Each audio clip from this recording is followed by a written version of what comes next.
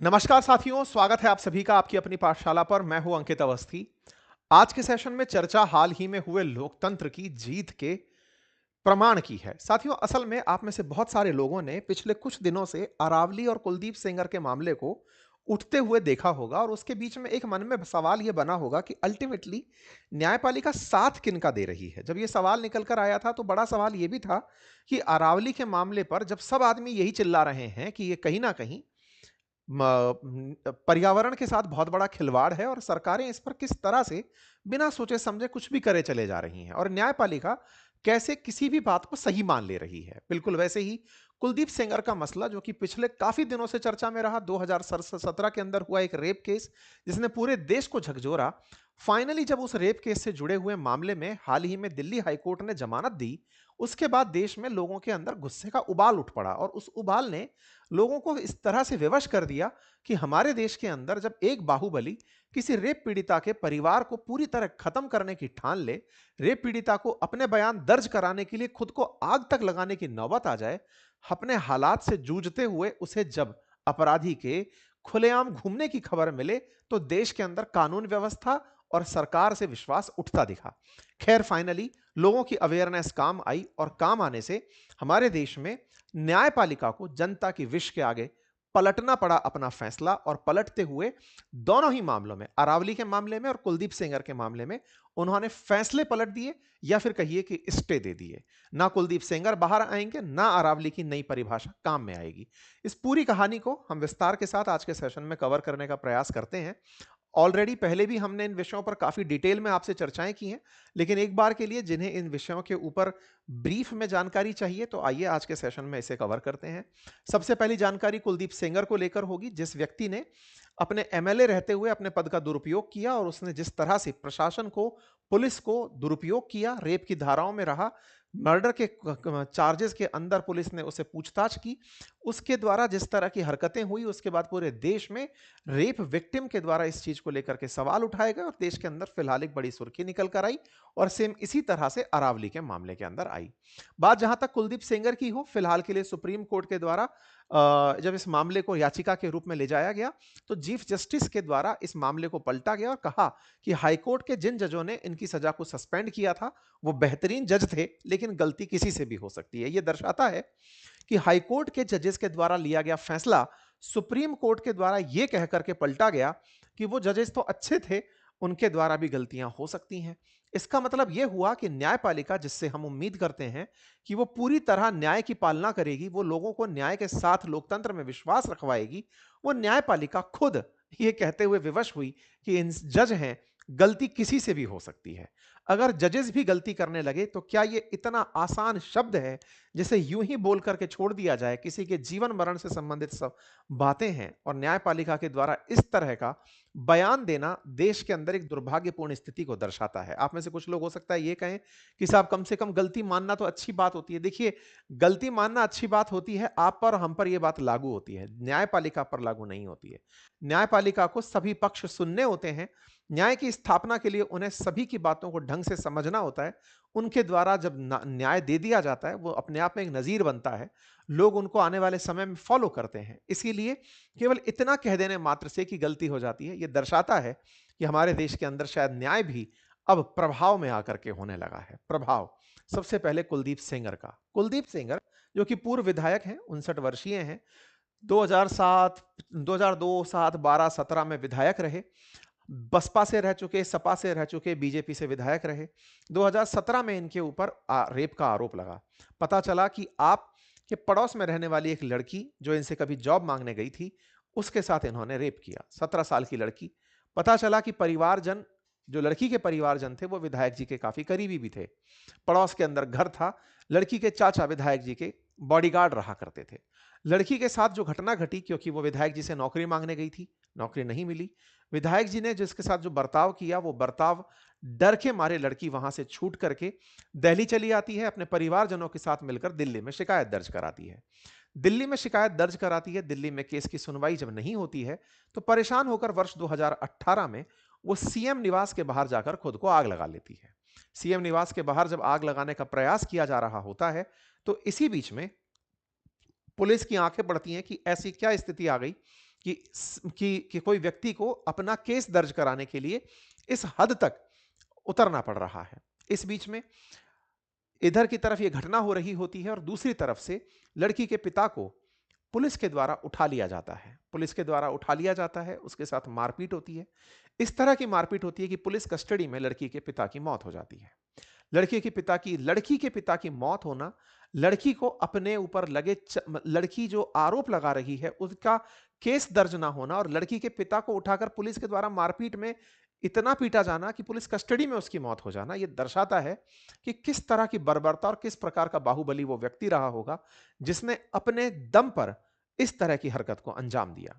इसके बाद अप्रैल 2018 में सेंगर के छोटे भाई अतुल सेंगर और उनके साथियों ने, जो कि लड़की के पिता के घर में घुसकर उसको बहुत बहुत बेरहमी से पीटे थे।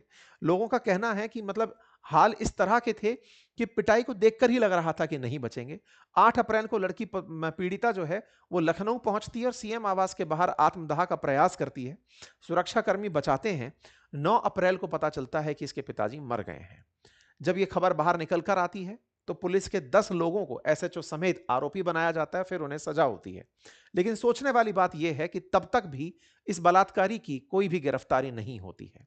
कुलदीप सेंगर 12 अप्रैल 2018 तक, जबकि लड़की के पिता मर चुके हैं, लड़की खुद को जलाने के लिए प्रयास कर चुकी है, सेंगर की गिरफ्तारी नहीं हुई होती है। इसके बाद सरकार के खिलाफ, योगी सरकार के खिलाफ प्रोटेस्ट शुरू होते हैं। पुलिस कॉप के ऊपर बड़ा सवाल खड़ा होता है, पुलिस कर्मियों के ऊपर, कि किस तरह की पुलिस है जो बलात्कारी खुलेआम घूम रहा है और जिसने शिकायत की है उसके पिता को मार दिया गया है। वो जो लड़की जिसके साथ ये दुर्घटना घटी है उसे खुद को जलाने तक की नौबत आ गई है कि मेरी बात तो सुन लो। फाइनली फिर सीबीआई इस केस को अपने हाथ में लेती है। सारे घटनाक्रम के बाद में जब मीडिया इस बात को पूछने के लिए पहुंचती है सेंगर के पास, तो सेंगर कहते हैं कि साहब मैंने तो कुछ किया ही नहीं। लेकिन फाइनली 13 अप्रैल को जाकर 2018 में ये गिरफ्तार होते हैं। ये इधर गिरफ्तार होते हैं, लेकिन उधर की तरफ वर्ष 2000 के अंदर का एक मामला जिसमें तमंचा दिखाकर धमकाने के मामले में लड़की के चाचा को गिरफ्तार कर लिया जाता है।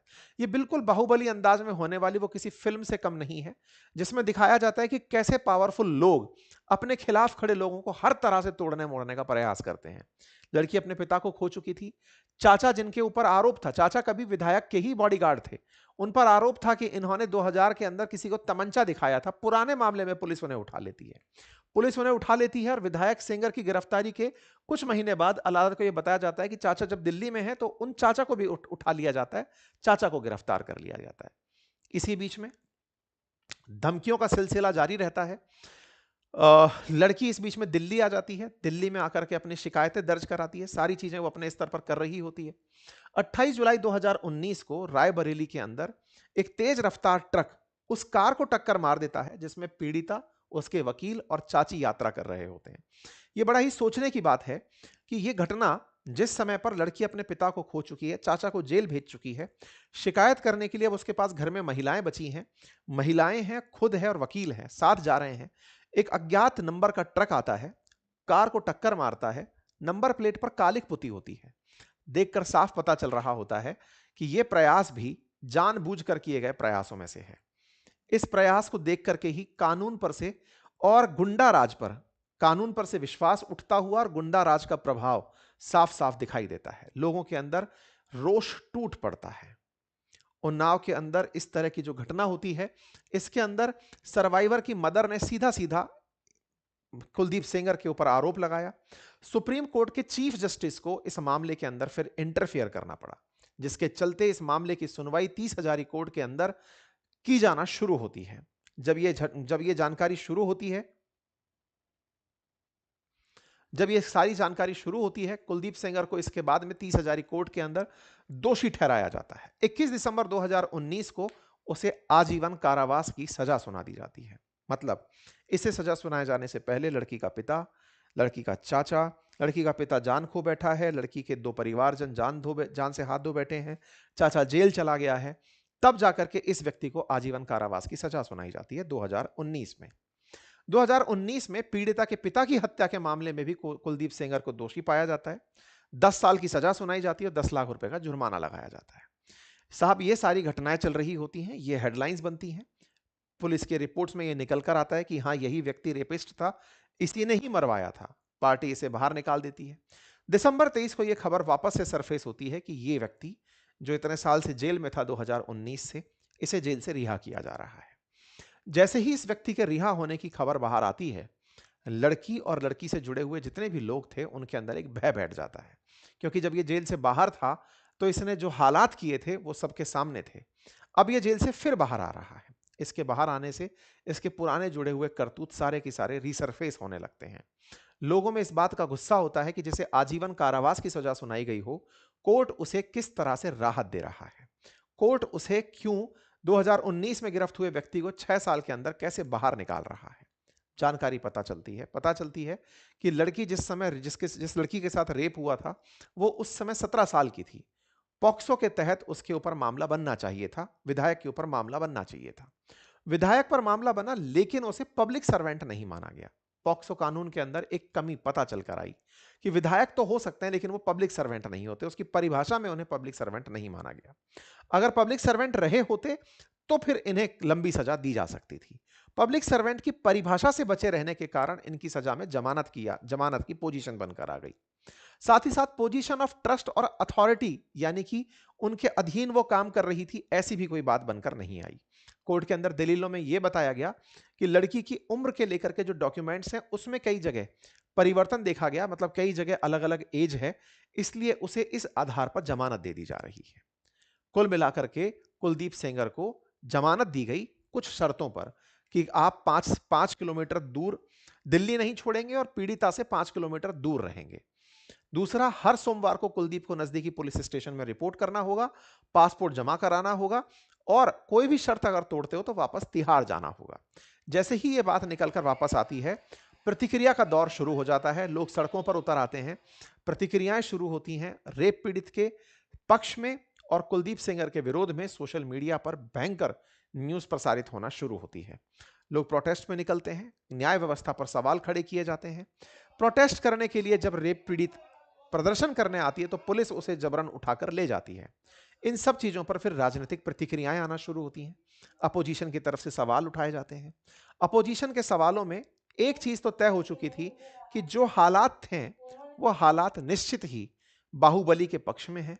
न्याय भी प्रभावशालियों के साथ है। न्यायपालिका कहीं ना कहीं कॉम्प्रोमाइज हुई है। इस तरह की बातों को देख करके जब सुप्रीम कोर्ट ने स्वतः संज्ञान लेते हुए सीबीआई के कहने पर सीबीआई ने याचिका दायर की कि भाई इस मामले की तो सुनवाई करनी पड़ेगी। सुप्रीम कोर्ट को यह एहसास हुआ कि इस मामले के अंदर कुछ ना कुछ तो ऐसा हुआ है जिसके चलते जनता में इतना रोष फूटा है। क्योंकि उस व्यक्ति के करतूत ही इतने खराब थे, उस व्यक्ति के कांड ही ऐसे थे, जिन्हें देख करके उसका समाज में खुले रहना अपने आप में एक बड़ी चुनौती था। बस यहीं से सुप्रीम कोर्ट तक मामला पहुंचता है। जस्टिस फॉर उन्नाव विक्टिम खबर बनने लगती है। कुलदीप सेंगर की बेल रद्द करो, इस तरह का माहौल बनने लगता है। कुछ लोग ऐसे भी निकल कर आते हैं जो कुलदीप सेंगर को सपोर्ट करने की स्थिति में होते हैं, उनके खिलाफ भी प्रोटेस्ट होना शुरू होता है।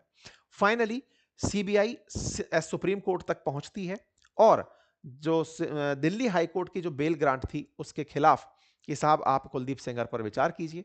सुप्रीम कोर्ट इस मामले के अंदर फाइनली कुलदीप सेंगर की जो जमानत याचिका है उसे रद्द कर देती है कि नहीं, इस व्यक्ति को जमानत नहीं मिलनी चाहिए।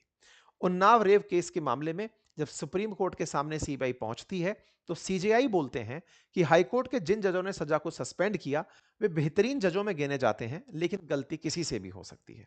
चीफ जस्टिस सूर्यकांत ने कहा कि कोर्ट को लगता है कि मामले में अहम सवालों पर विस्तार से विचार जरूरी है। आमतौर पर कोर्ट का सिद्धांत है कि किसी को दोषी या विचाराधीन कैदी को रिहा कर दिया गया हो तो बिना उसे सुने ऐसे आदेशों पर रोक नहीं लगाई जाती। लेकिन इस मामले में परिस्थितियां अलग हैं, क्योंकि आरोपी दूसरे मामलों से पहले दोषी ठहराया जा चुका है। ऐसे में दिल्ली हाईकोर्ट के 23 दिसंबर 2025 के आदेश पर रोक लगाई जाती है। इस तरह की बात यहां पर निकल कर आती है। कुल मिलाकर के सुप्रीम कोर्ट के द्वारा इस मामले में उस व्यक्ति को जमानत से रद्द किया जाता है। विचारणीय तथ्य है, सुप्रीम कोर्ट यहां पर जो बोल रही है वो हाई कोर्ट के जजेस से गलती हो सकती है। ये बड़ा ही मतलब ऐसा पॉइंट है कि इसके बाद कहने लायक कुछ बच नहीं जाता। न्यायपालिका से ये अपेक्षा नहीं है। आप कहेंगे कि सर सुधार का मौका सबको मिलता है, हाईकोर्ट की गलती को सुप्रीम कोर्ट इस तरह कह करके निकाल ले जाए, अच्छा नहीं लगता। खैर, सुप्रीम कोर्ट का अपना तर्क है, और इसी बीच में फाइनली पीड़िता को जब यह न्याय की खबर मिलती है तो उसके अंदर इस बात का रोना होता है कि कितनों को खोया और न्याय के लिए कितना संघर्ष करना पड़ा। पीड़िता की जिंदगी आसान नहीं है, बहुत ही मुश्किल जिंदगी है। लेकिन ठीक है, अब ये सारी चीजें तो आने वाले समय में चर्चा का विषय रहेंगी। न्यायपालिका से बड़ा प्रश्न यही रहेगा कि आपको अल्टीमेटली जनता के दबाव में आकर के, जनता के उन प्रयासों से कि आप न्याय नहीं करेंगे, जनता न्याय की अपेक्षा में है, लोकतंत्र यही है। यही सेम मामला अरावली के मामले में भी हुआ। अरावली रेंजेस, जिनके बारे में आपको पता होगा, पिछले कुछ दिनों से हम लगातार इस विषय पर सेशन कर रहे हैं। सुप्रीम कोर्ट के सामने सरकार के द्वारा जो अरावली की नई परिभाषा दी गई, जिसमें कहा गया कि 100 मीटर से ऊपर अरावली है, उसके खिलाफ पूरे देश के अंदर माहौल था। हमने भी कई सेशन उस पर किए, बहुत सारी जगह हमने ट्विटर हैंडल्स पर, बहुत सी जगह पर हमने ये मामला उठाया, सरकार से सवाल पूछा। फाइनली अरावली के मामले पर भी सुप्रीम कोर्ट ने स्टे दे दिया है। सुप्रीम कोर्ट का कहना है कि भाई जो भी अब तक हुआ है उस पर हम फिर से सुनवाई की तरफ आगे बढ़ रहे हैं। आपको याद होगा जब ये मामला शुरुआत में निकल कर आया था, हमने इस पर डिटेल में सेशन किए हैं, इसी चैनल पर खूब सारे सेशन हुए हैं। ऐसे में फिलहाल के लिए सुप्रीम कोर्ट ने अपने उन पुराने फैसलों को कि हाँ भाई जो 100 मीटर से ऊपर का जो मामला हमने नया नया माना है उस पर हम स्टे दे रहे हैं, और जो प्रश्न ऐसे हैं जो अनआंसर्ड रह गए हैं उनके आंसर की हम तलाश में रहेंगे। कुल मिलाकर मैं केवल इतना ही कहूंगा कि दो ऐसे मामले इन पिछले दिनों में देखने को मिले जहां पर न्यायपालिका को अपने दिए फैसलों से पीछे हटना पड़ा। यह कहीं ना कहीं दर्शाता है कि न्यायपालिका न्याय करते समय सही मायने में न्याय का पालन नहीं कर पा रही है। अगर ऐसा हुआ होता तो उन्हें अपने फैसलों से हटना नहीं पड़ता, क्योंकि न्याय होता नहीं है, दिखना भी होता है। अगर न्यायपालिका एक महिला के लिए जो रेप पीड़ित है उसके लिए सही मायने में कोई ढंग के कदम उठाई होती, देश में इस तरह के प्रोटेस्ट ना होते। कोई भी उस महिला के साथ रिलेटिव होकर के युद्ध नहीं लड़ रहा था, ना ही अरावली किसी का रिश्तेदार था। सबको लग रहा था कि अरावली नहीं होगा तो हम लोगों का अस्तित्व कैसे होगा, और सबको उस रेप विक्टिम के साथ लग रहा था कि जिसके लिए इतना बात उठी हो उसको भी अगर कोई राहत नहीं मिल पा रही है तो इस देश के अंदर लड़कियां सुरक्षित कैसे होंगी। न्यायपालिका से उम्मीद हर उस व्यक्ति को है जिसे लोकतंत्र में विश्वास है, जो झगड़े में एक ही लाइन बोलता है कि मैं तुझे कोर्ट में देख लूंगा। यह विश्वास नहीं छूटना चाहिए। न्यायपालिका को आवश्यकता है कि लोकतंत्र में, कि लोकतंत्र जिंदा है। कहते हैं कि विधायिका और कार्यपालिका सही से काम करें, ये जिम्मेदारी न्यायपालिका की है, लेकिन न्यायपालिका सही से काम करे ये जनता ने तय कर दिया है। आवश्यकता है कि न्यायपालिका लोगों का न्याय में विश्वास बनाए रखने के लिए अपने कार्य को सही तरीके से करे, क्योंकि आने वाले समय में जब जब न्यायपालिका पर प्रश्न खड़े होंगे, देश के अंदर लोकतंत्र मजबूत होने की जगह कमजोर होता चला जाएगा। खैर, फिलहाल के लिए इतना ही। बाकी आप लोग इस विषय पर क्या सोचते हैं, अपनी राय जरूर कमेंट बॉक्स में रखिएगा। चैनल पर नए हैं तो चैनल को सब्सक्राइब कर लीजिएगा। बाकी मैंने इसमें बहुत डिटेल में आपको ऑलरेडी जानकारियां दी हैं, इसलिए मैं इस पर और जानकारियां आपको फिलहाल नहीं दे रहा हूं। बाकी बातें बाजार की, और अपनी पाठशाला पर हमारे कोर्सेज में 50% ऑफ चल रहा है, आप जाकर उन्हें एक्सेस कर सकते हैं। और बातें बाजार की पर हमारी क्रिप्टो की सीरीज चल रही है, आप जाकर उसे सुन सकते हैं। फ्री ऑफ कॉस्ट है यूट्यूब चैनल पर। Thank you so much.